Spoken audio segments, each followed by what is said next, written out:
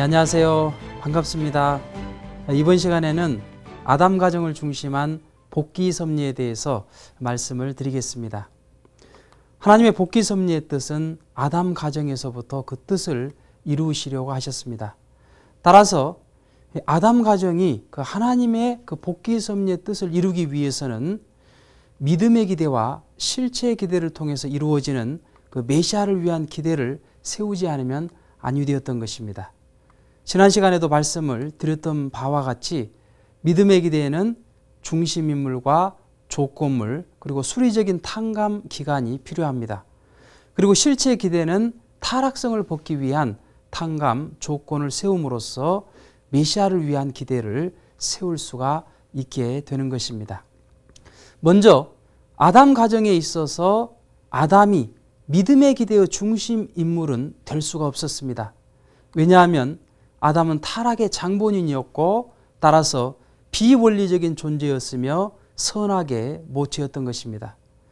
그러므로 하나님께서 이러한 아담을 대하시려고 할 때 이 선악을 쪼개지 않으면 아니 되었던 것입니다. 그런데 만일 아담을 쪼개게 되면 아담이 죽고 말 것입니다. 그렇기 때문에 하나님께서는 아담 대신으로 가인과 아벨 이 두 자녀를 각각 하나님과 사탄을 대할 수 있는 입장에 세워놓고 하나는 선의 표시체요, 하나는 악의 표시체로서 복귀 섭리를 출발할 수 있도록 하셨던 것입니다.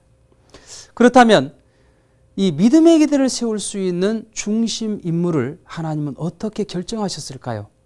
그것은 해와의 타락의 경로에 의해서 결정을 하시게 되었던 것입니다. 해와는 먼저 비원리적인 상대인 천사장과 영적인 타락을 하였고 그리고 원래 원리적인 상대였던 아담과 육적인 타락을 하게 되었던 것입니다. 첫 번째 타락은 과분한 욕망이 동기가 되었고 두 번째 타락은 하나님께 돌아가고자 하는 그 심정이 발로가 되어서 타락이 되었던 것입니다. 따라서 하나님 입장에서 보았을 때 어떤 것을 보다 더 용서해 줄 수 있는가 하고 볼 때 이 두 번째 타락을 보다 용서해 줄 수 있는 그런 입장이 되었던 것입니다.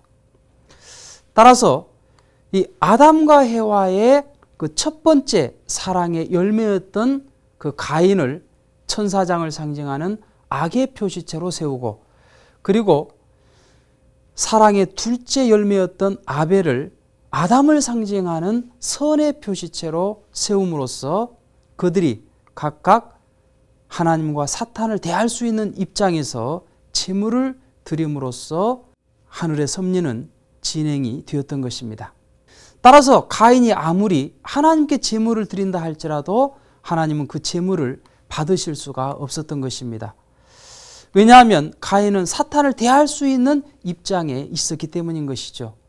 그리고 아벨은 하나님을 대할 수 있는 입장에 있었음과 동시에 그 제물을 하나님 뜻 맞게 드렸기 때문에 하나님은 그 제물을 받으셨고 따라서 아벨을 중심 삼고 믿음의 기대를 복귀할 수가 있었던 것입니다.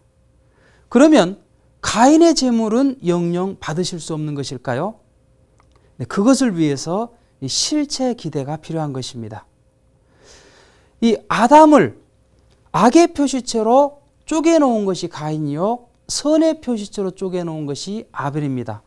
따라서 가인은 아벨을 중심하고 타락성을 벗기 위한 탕감 조건을 세우게 될 때 이 실제 기대는 이루어질 수 있는 것입니다. 그런데 이 타락성을 벗기 위한 탕감 조건은 타락성을 가지게 되었던 반대 경로를 취하는 그 탕감 조건을 세움으로써 이루어질 수 있게 되는 것입니다. 그러면 타락성은 어떻게 가지게 되었을까요? 이 천사장과 아담의 입장에서 이 천사장은 이 아담을 하나님과 같은 입장에서 사랑하지 못하고 시기 질투하였습니다. 그리고 이 천사장의 위치를 떠났습니다. 혈기를 부리면서 그 자리를 떠남으로써 인간 세계에 가고자 했던 것입니다. 그리고 이 천사장은 아담에게 주관을 받았어야 되는데 교만한 입장에서 아담을 역주관함으로써 주관성 전도의 타락성이 생겼던 것입니다. 또한 죄를 번식하고 그럼으로써 악의 습관을 갖게 된 것이 이 타락성이 된 것입니다. 따라서 이런 타락성을 벗기 위한 탕감 조건을 세우기 위해서는 천사장의 입장에 있었던 가인이 아담의 입장에 있었던 그 아벨을 절대적으로 사랑했어야 됩니다. 그리고 이 아벨을 충보로 해서 하나님 앞으로 나아가야만 되었던 것입니다.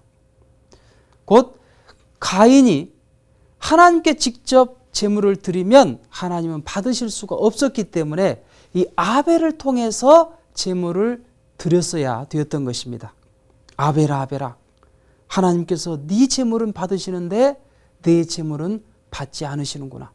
그러니까 네가 하나님께 잘 말씀을 드려서 내 제물을 받으실 수 있도록 네가 대신 제물을 드려다오.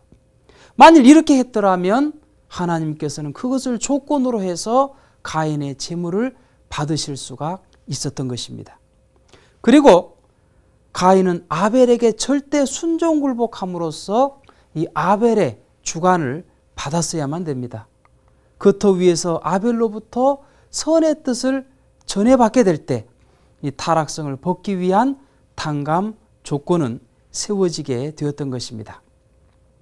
이렇게 아담 가정에서 믿음의 기대는 세웠지만 가인이 아벨을 살해함으로써 이 실체의 기대를 세우지 못했던 것입니다. 따라서 메시아를 위한 기대가 이루어지지 못함으로써 아담 가정을 중심한 복귀 섭리는 이루어질 수가 없었던 것입니다. 우리는 여기에서 중요한 교훈 하나를 얻을 수 있습니다.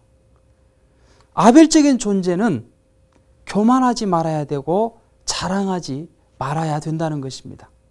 아벨은 가인에게 형님, 하나님께서는 내 제물은 받으셨는데 형님의 제물은 받지 않았구려.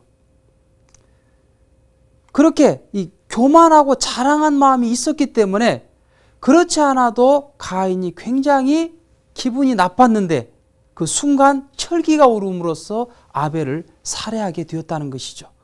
그렇기 때문에 아벨은 어디까지나 온유 겸손해야만 되는 것입니다. 그리고 가인은 불평불만하지 말아야 됩니다. 우리가 흔히 불평불만하는 사람들을 보면 그건 가인적인 존재인 것입니다. 그런데 가인은 주인이 아닙니다. 곧 가인은 어디까지나 아벨을 통해서 복을 받고 구원을 받는 것입니다. 그렇기 때문에 그 아벨에게 절대적으로 순종 굴복하게 될 때 이 가인도 하나님의 사랑을 받을 수가 있는 것입니다. 그럼 다음 시간에는 노아 가정을 중심하고 하나님께서 어떻게 복귀 섭리를 해 나오셨는지를 알아보도록 하겠습니다. 감사합니다.